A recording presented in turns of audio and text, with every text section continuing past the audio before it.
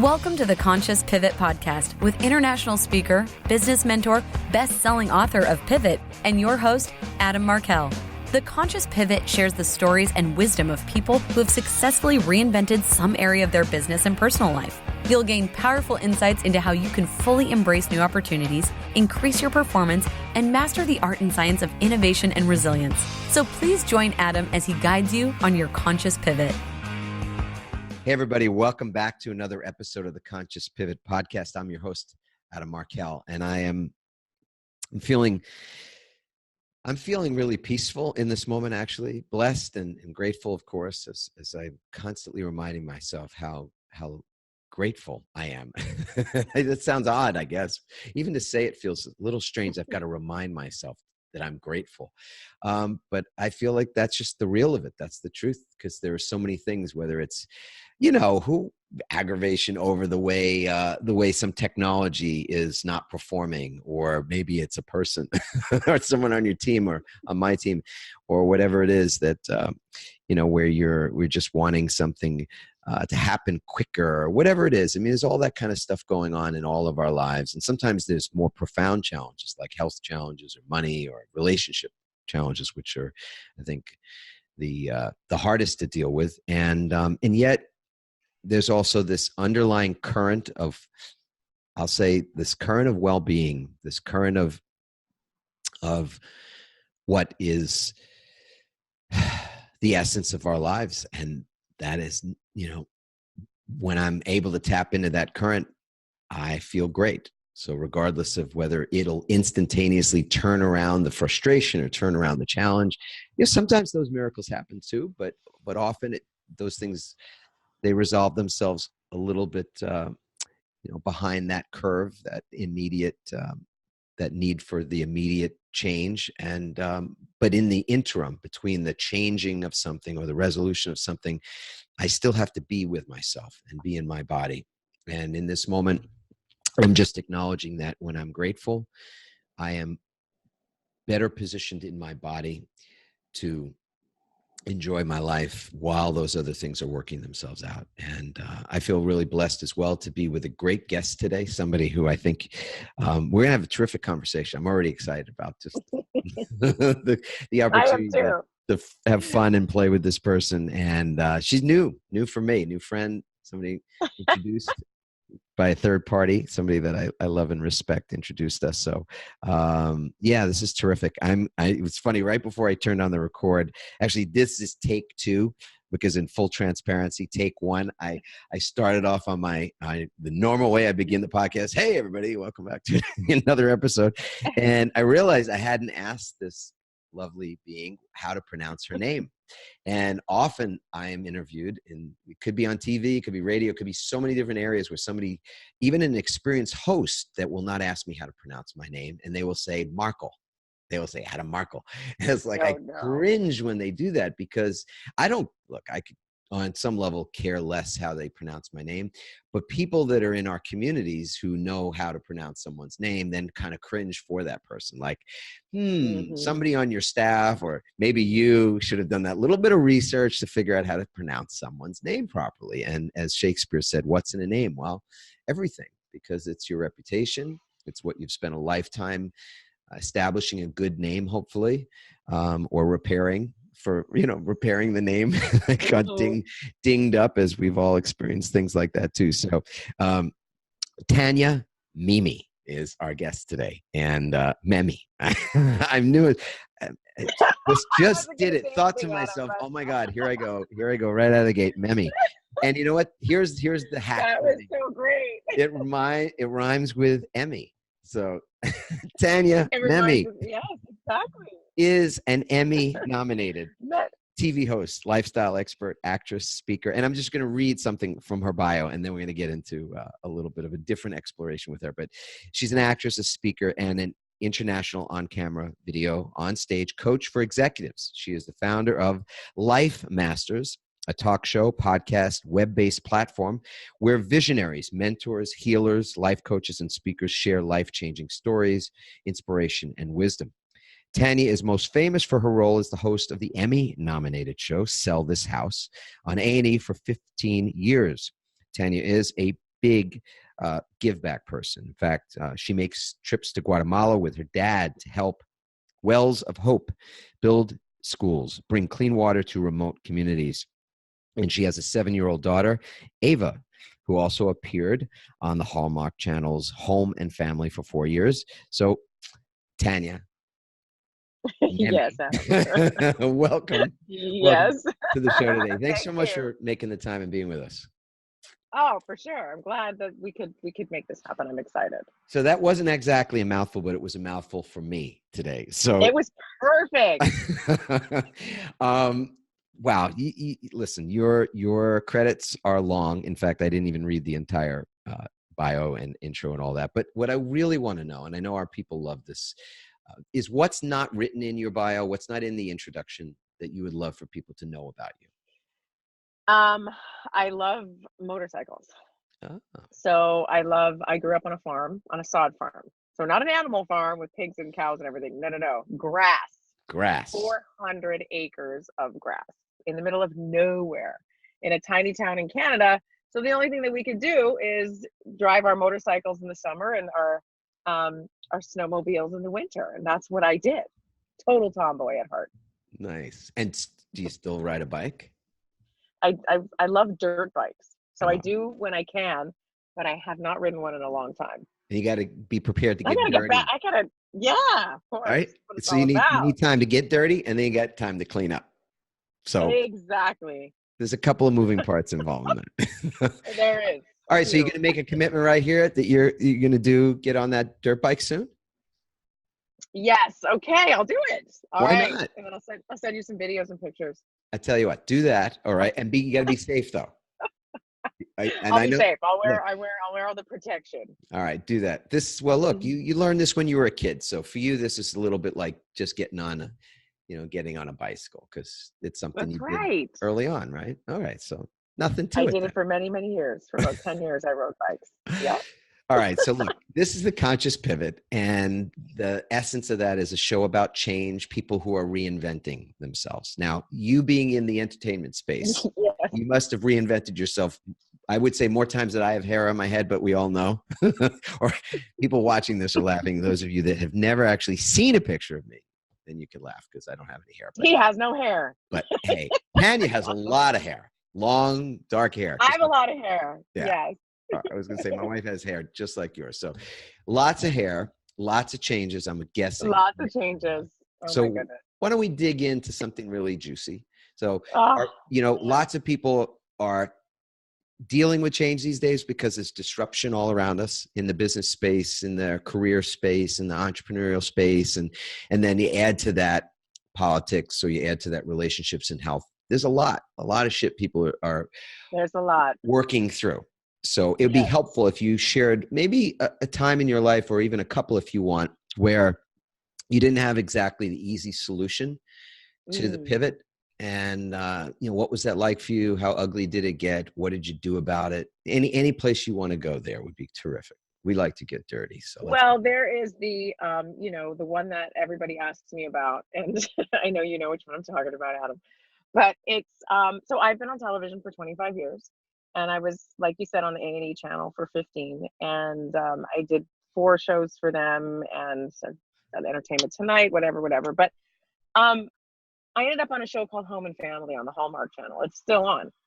And I loved my job. I was on it with my daughter. And I was on it for 4 years. And at the time, I will say that it's different now because of, I'm sure, people like myself or other people that got involved to change the environment. But I was in a situation where I felt like there was no other way that I could get out of being so unhappy on set and on my job than to leave the show.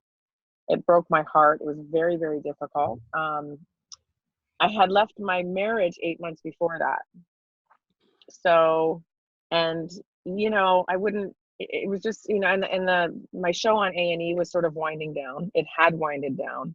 And I wasn't on that show for probably about a year. So I saw my career kind of winding down a little bit, but I'm on this other show and there was a lot of toxicity in the environment.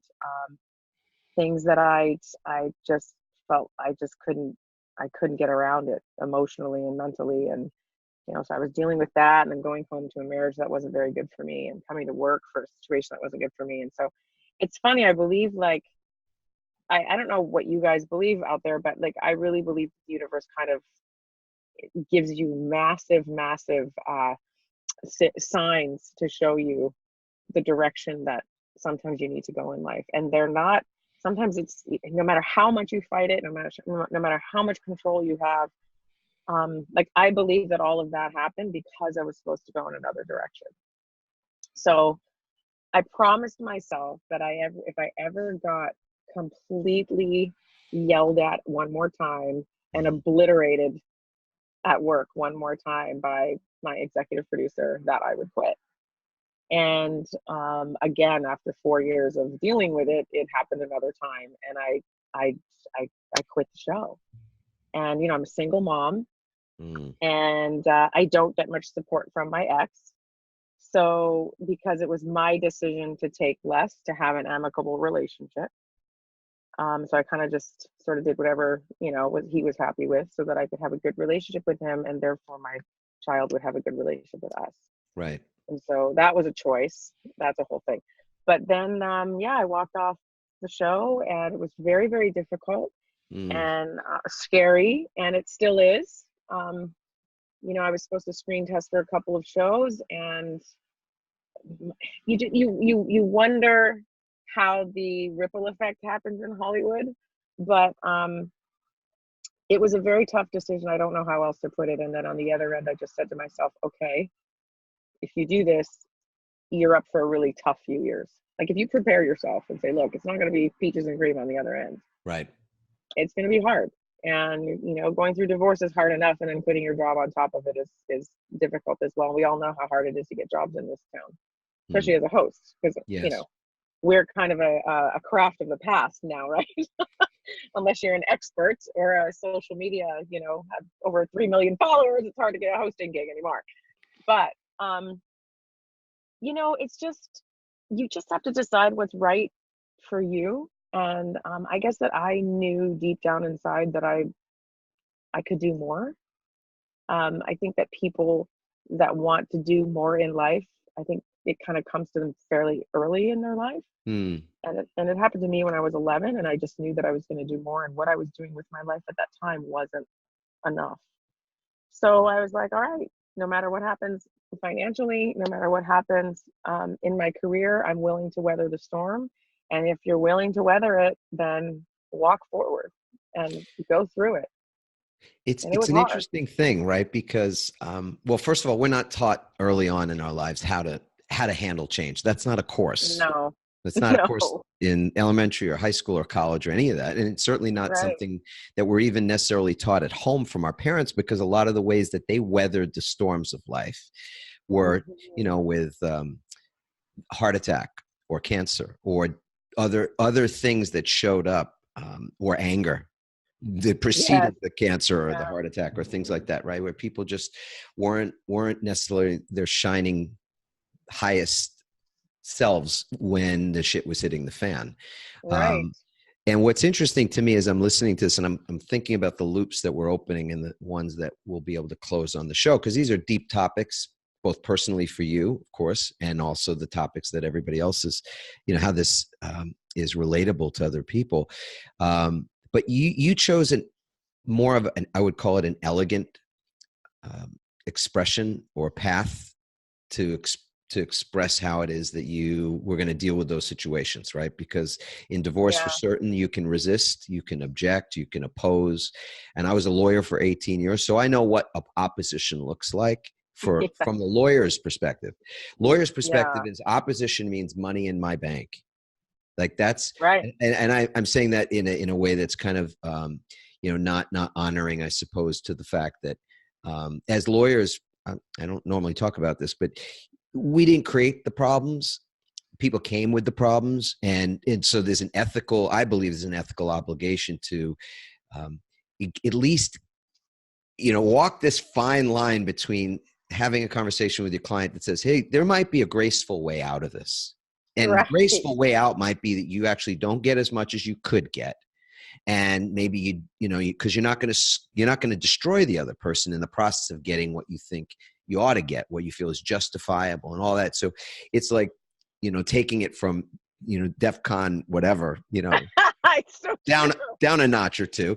And you know what? A lot of clients will walk out of there are clients that be like, you're not my lawyer then, because what I want is somebody that's going to just come in and scorch the earth for me, be my Right. advocate and get in that Mhm. ring and just knock the other person out, unconscious. So, so a lot of the time, the lawyer is like the way they say, dogs sometimes look like their parents They're owners. or Yes, their that's owners, right? Their owners look very like their dogs. true. The lawyer and the client relationship is very similar to that. But so you took Mhm. an elegant approach, and then It um, wasn't easy though. It was very difficult to take that approach. It really well, was. You mean with my divorce or with I, I both? me- I meant in that regard to begin with, and then Yeah. I'm thinking about just recently. Did you see the Ellen had her comedy special come out? Did you check that out? No, I'm dying to see it, but yes, Right. I'm dying So, to see so you got to watch it. It's I think it's on Netflix, and one of the things she discusses in the way that Ellen, no, I wouldn't say only Ellen, but she's so great at discussing serious things in a very funny way, it. She especially is. including things that are really deep and personal to her, like when Mhm. she decided to come out at a time when Mhm. that was not nearly as accepted or honored even as it is Mhm. today. In fact, I it was remember that. opposite of that. And you probably remember she lost her show. She lost her sponsors, Yes, lost her show, she lost her did. support, lost her friends, all the pseudo friends, people who hang around when when you're a rising star or whatever it is. Oh, I know what that feels like. Yes. Yeah. And Yep. so those people disappear. And here she is left 2 years, I think it is, without a show and worrying that she's going to somehow maybe lose her house, not have enough money to even just pay bills right here, And then along comes somebody and the Ellen show puts her back, I mean, back on the map, amazing. right? But for that new opportunity, she was in a pretty serious downward spiral, from Yeah. making a stand, taking a stand for something, right? She didn't have to come out, she didn't have to say anything, but she chose to. And it sounds like you came to a point where you drew a boundary line, and that's Well, I what. did, and I also wanted to set an example for other people on the show at the time that were going through the same thing. I mean, it was really difficult. It was a very toxic environment, and but it's interesting. I have a whole other perspective on it now. Like I did a lot of self healing, I mean, the first thing that we all go to is like, oh, well, it's not my fault, it's theirs. Is we blame, blame, blame, blame. Well, he did it to me. That person did it to me. Network did it to me. They didn't do this. They didn't do that.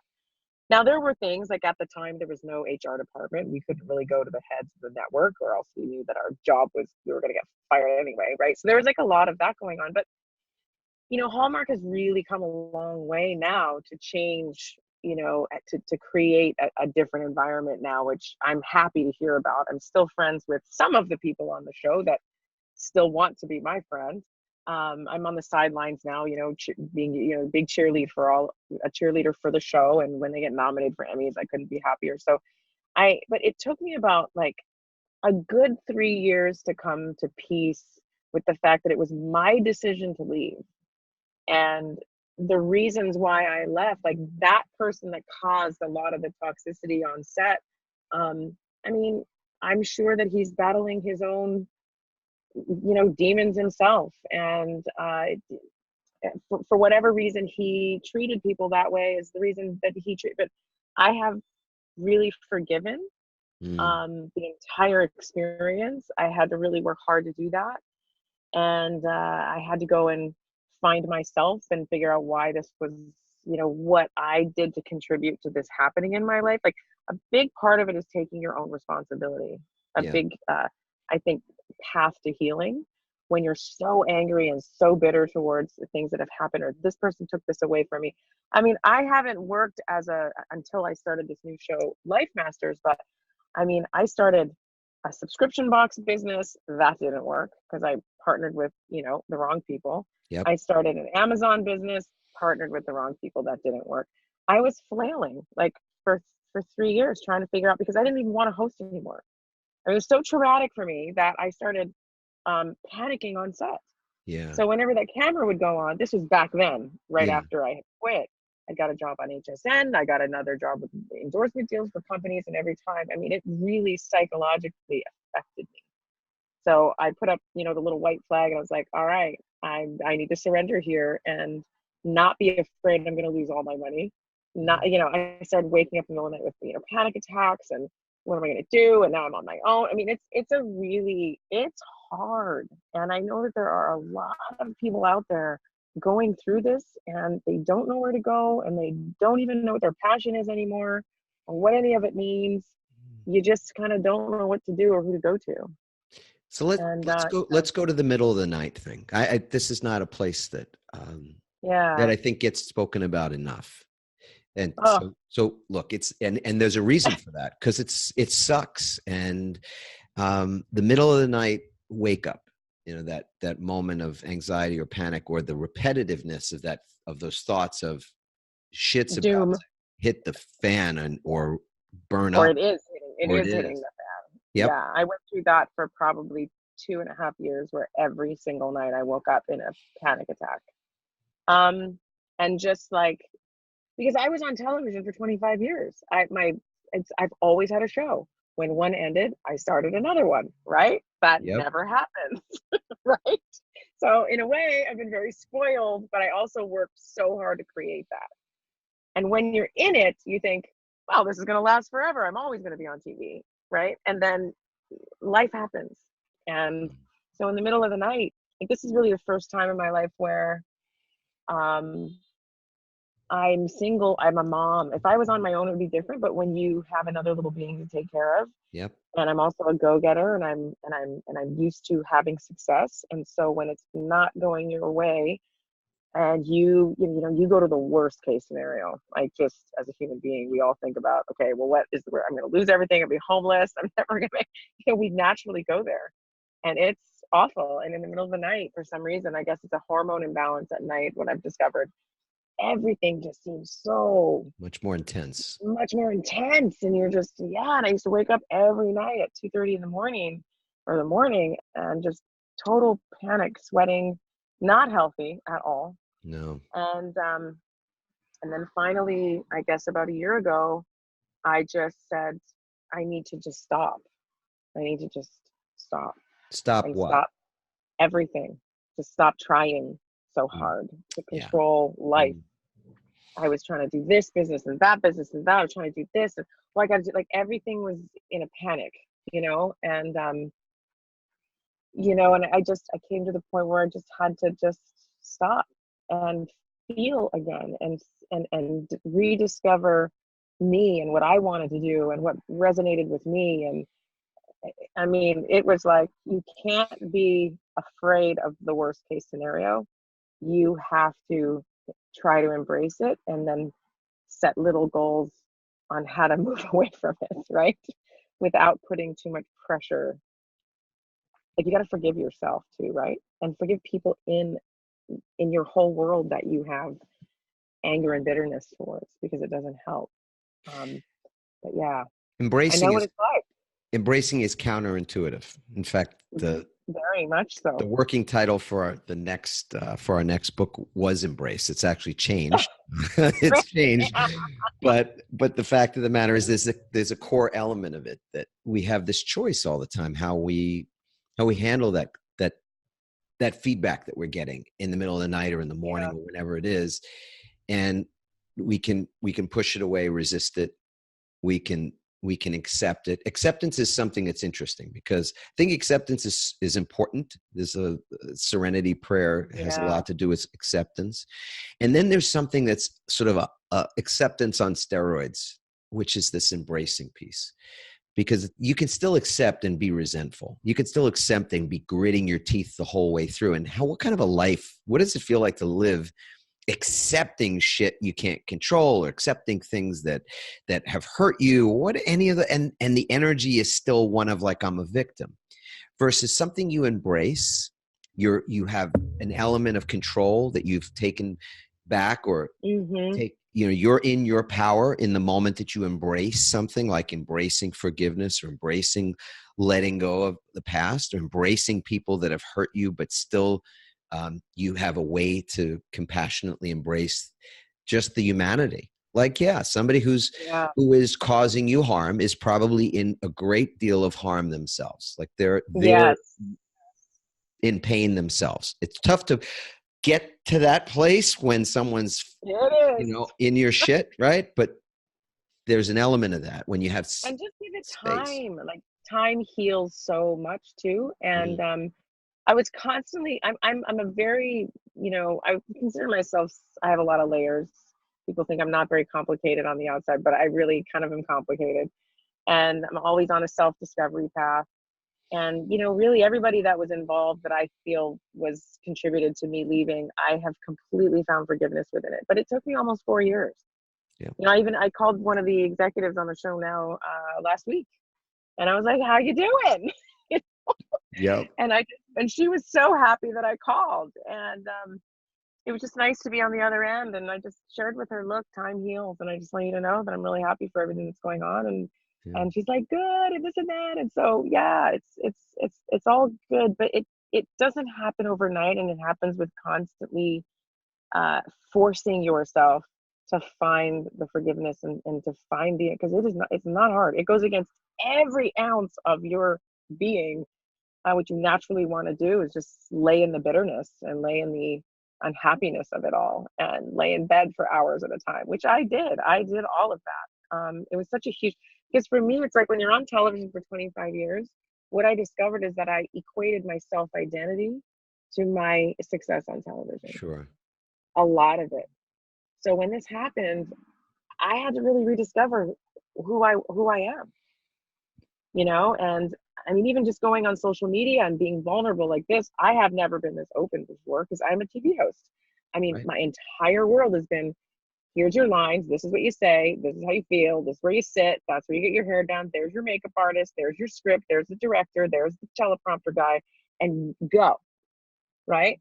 So this has been the first time in my life where I'm thinking, okay, now it's up to me to show up on time and have a schedule. And what do I do? And oh my God, and I don't know how to do this, and I don't know how to be a business person, and I don't know what I'm doing. And it's you unscripted. It's totally me unscripted. Yes. And yeah, so this is how my new show, Life Masters, all came about, was that I was searching and I couldn't find myself. Hmm.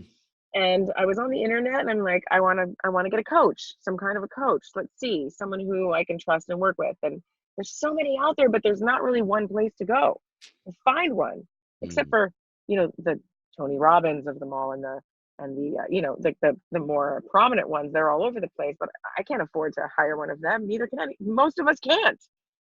And so I decided to start Life Masters because I wanted to interview the people that changed lives for people like me that were where I was at. And I wanted to take in and learn like what they've been through in life, some kind of commonality. And I wanted to learn how they got themselves from the hardest, most difficult moments of their life to the success that they have now. So I interviewed Willie Galt was on my show. He's an NFL, football champion. I've had Blake Leeper was on my show 2 weeks ago. He was born with no legs, and he's qualifying now for the Olympics, running against men with legs. So, and when you talk to people that have gone through stories that can only inspire you, it's changed my life. And then also one of the things that all of the Life Masters have said is do what you're good at. Do what you're good at. So here I was trying to start a subscription business. I was trying to start this and that, and I was making. I don't know how to choose a business partner. I know now, but you learn, right? You learn. It's all learning. Don't make me show you my scars on that one. But yeah, choosing the wrong business partners can be a very interesting series of life lessons, right? Yeah. Beyond, yes. Right. It hit over the head so many times. I want to turn the tables on you. This is going to be funny, right? So I'm just literally going to push the microphone. and you now, for the next couple of minutes, I want you to interview yourself. So you've been with these Life Masters, and you yourself are a life master, because how you've been resilient in the face of all that stuff that was going on and all those pivots and the adversity of it. And mostly, like you say, the adversity isn't necessarily something that's on the outside working against us. That's the perception that we legitimately feel at times. But all the time. We with can feel time, that what we way. realize is that that adversity is on the inside, that we've both, we're in our way, we're our worst enemy at times. And in So sometimes much cases, so. we've even attracted the shit that's shown up, which is tough to take, tough to swallow that too. So yeah, interview yourself now for just a couple of minutes. So ask yourself Oh my the goodness. toughest question and then go ahead and just answer it for us. The toughest question would be, oh my goodness. Okay, so Because you're not a soft interviewer. Come on. I know you're going to put, no. if I was on your show, you'd put me to, you'd put the screws to me, wouldn't you? Well, I don't know. I mean, I don't know if I put I think some of the questions that come up organically end up having that effect. I'm kidding. But I'm it's kidding. but it's just because I want to know, like, I'm You're not like going you, to I shy ask away questions, what though, do you do? right? No. You're going to go too hard. I mean, because vulnerability, as we said right before we turned the recorder on, and it's Yes. it's transparency. Like, do you have the ability to stand in the light of full transparency and be good with it? Because I think that's when other people get to really learn something. And when we do that. So you want me to like talk about something that I have never mentioned before on in any podcast ever before or TV? Is that what you're asking for, Adam? If you want to, no, there's no requirements here. I just want you to interview yourself because this is going to be fun. Okay. Let me see. Well, so do I ask myself a question? Do it. Is that what This is going to be fun. okay. Yeah. All right. I guess, how did Life Masters come about? Right? Like when you were and I mean, I touched on it, And but this is going to sound so crazy, but here's the truth. so you're feeding me the line. So I'm going to say to you, so Tanya, how did Life Masters come about? Is that the question you want me to ask you? Well, I don't know. I guess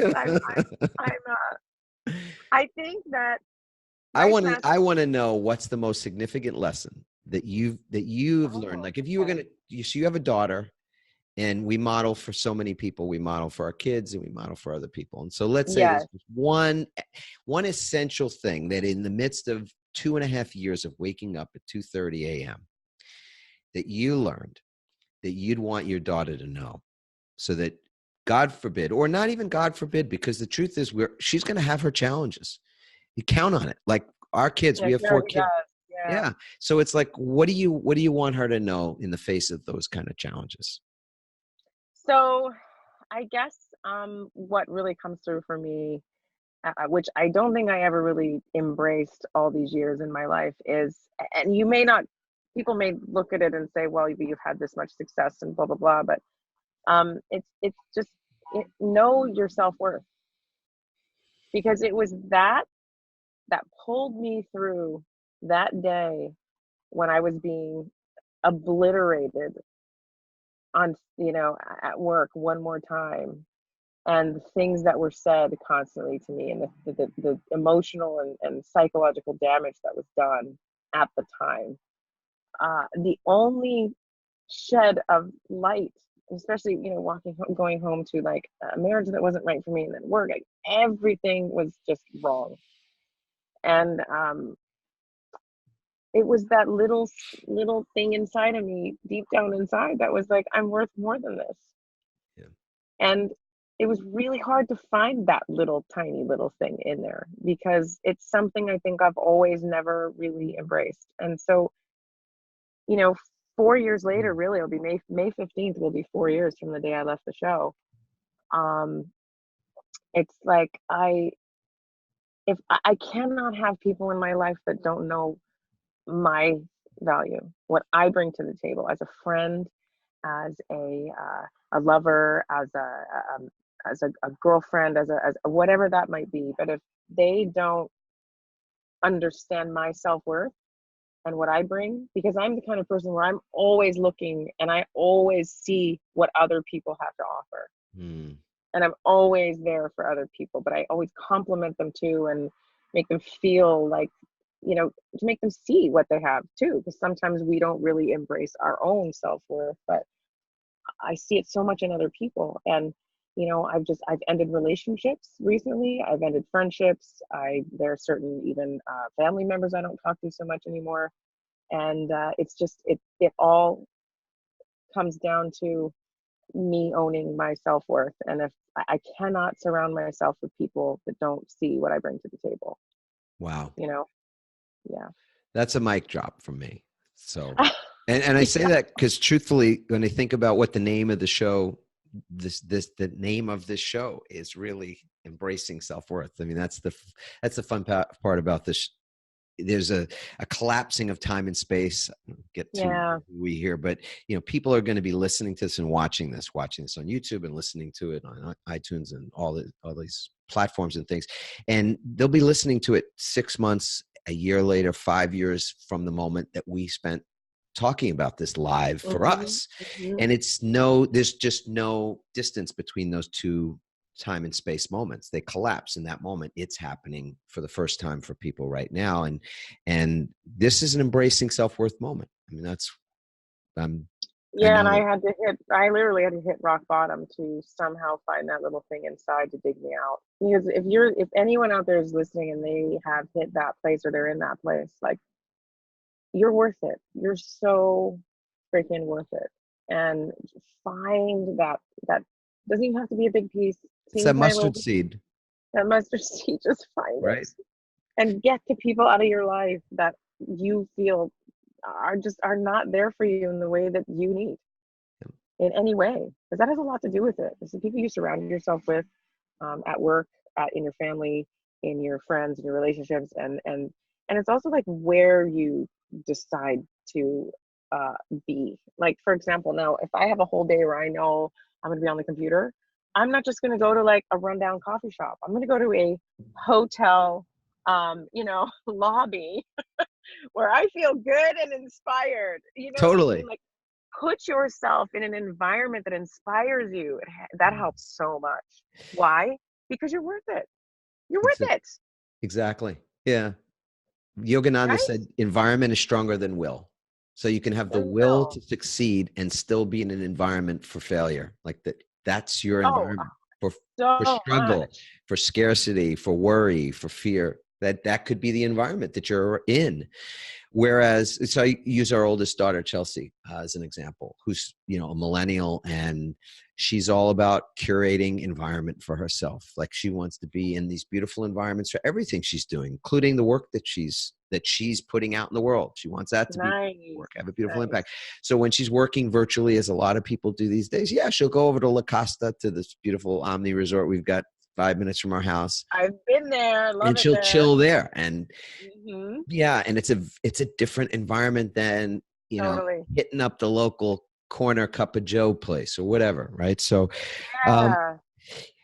the last thing I really ask you about, and I've just loved this conversation, and, is really about your rituals, about the practices that you've got, because I believe that the quality of our lives equal to two things primarily: the quality of our relationships and the quality of the things that we do on a habit basis, but not unconsciously, the way we drive home in a certain path every time or whatever, but the conscious habits we create that we call rituals.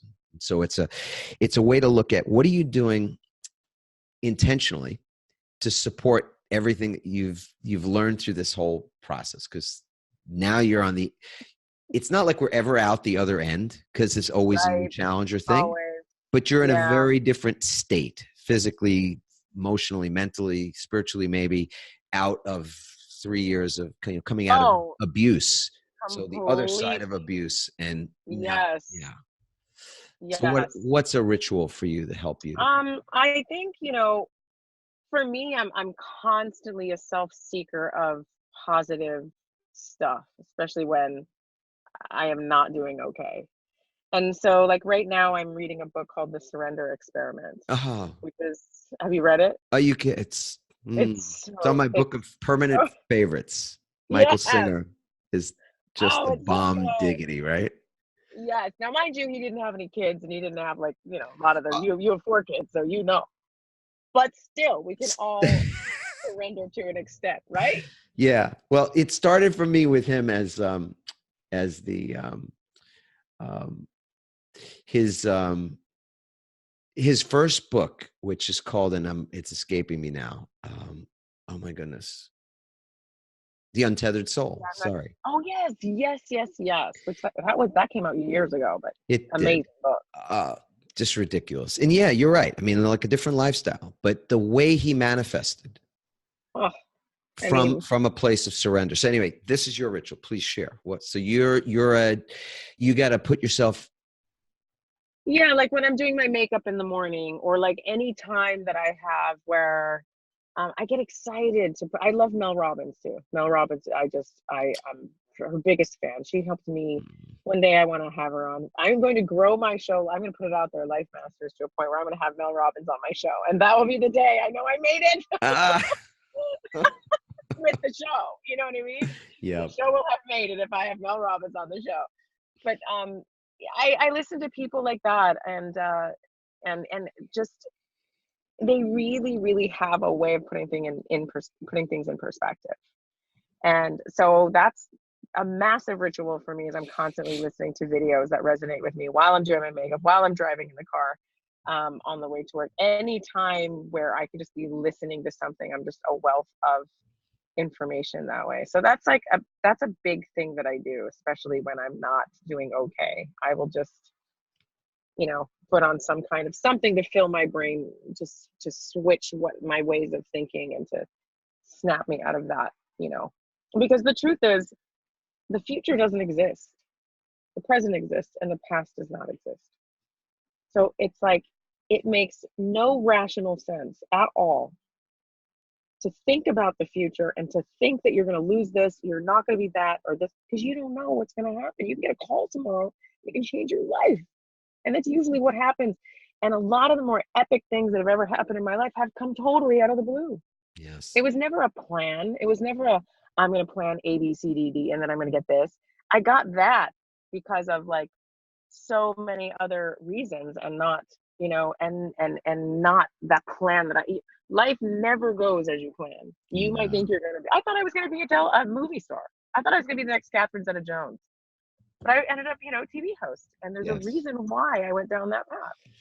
So, yeah, I think I don't know. I could go on, Adam. Dr. King, he had a great description for what we're talking about, which is that he said it's like life is a bit of a dark staircase, and it's really difficult when you're looking up and seeing that there's very little you can see.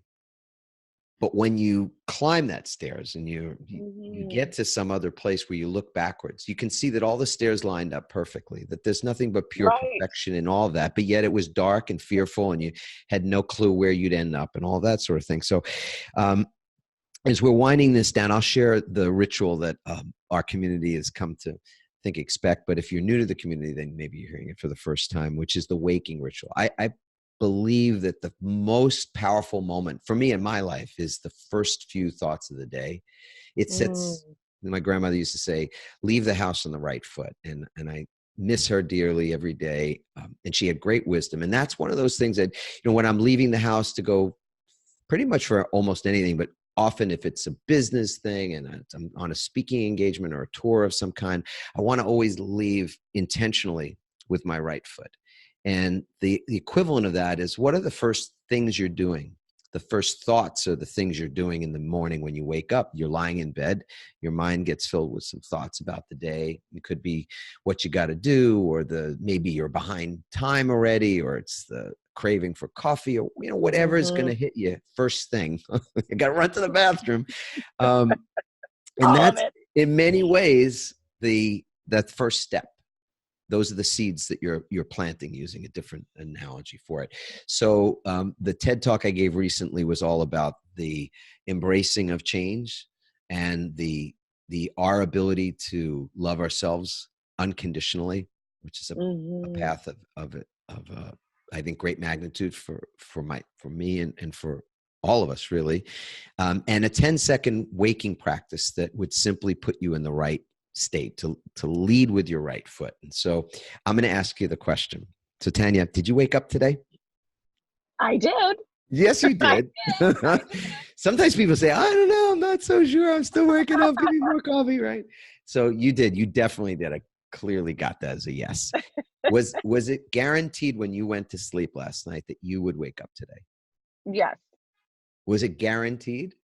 Well, not in my mind it was, but Yeah. not in reality, no. In reality, no. So in that moment, and it wasn't for me or any of us. So today when we woke up, it was unexpected, and it was a gift in a big way. And if you don't Yes. believe that your Yes. waking up today was a gift, just know that as you took your first breath this morning, there were people taking their last breath in that very same moment. Just Very true. even as Yeah. we're taking our breath in this moment, there are people who are taking their last breath right now. So regardless of whether it's an easy path at this moment, the place you are in the present is easy or it's difficult, it's a blessing, and it's You're right. something we can't take for granted or Mhm. be too flippant about the fact that it's not guaranteed. So the hope and the prayer I've got is that we all get to wake up again tomorrow. So you willing to wake up tomorrow? I am willing to wake up tomorrow, yes. So cool. And That's a better way of putting it. Yes. and that, that's our spiritually waking up, or our just waking ourselves up to being something more forgiving tomorrow, maybe waking up to the assignment that we've got. As you said, we don't even know what that is. It could be that we've got a great pivot, something miraculous is going to happen tomorrow. So tomorrow, when you all wake up, as I wake up as well, that first conscious breath, we can feel gratitude and appreciation in that moment, knowing that it's special. And then from your bed, or when your feet hit the floor, you can even declare out loud if you'd like to say these words, because they're powerful. I love my life.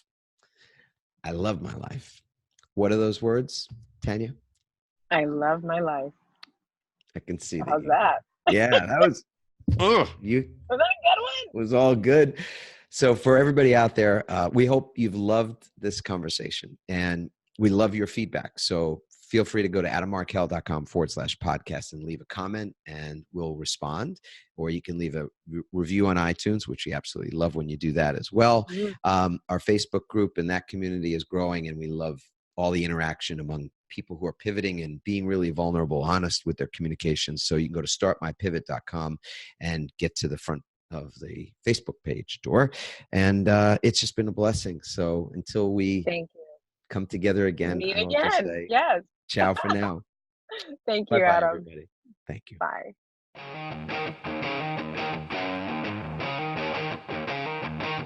Thanks for listening, everyone. We hope you now have the tools and greater insights to navigate your own pivot. Help us inspire others by sharing this episode and leaving your comments over at adammarkel.com/podcasts. For more tips, strategies, and support as you consciously pivot into a new business and lifestyle you love, join our Pivot community on Facebook at pivotfb.com.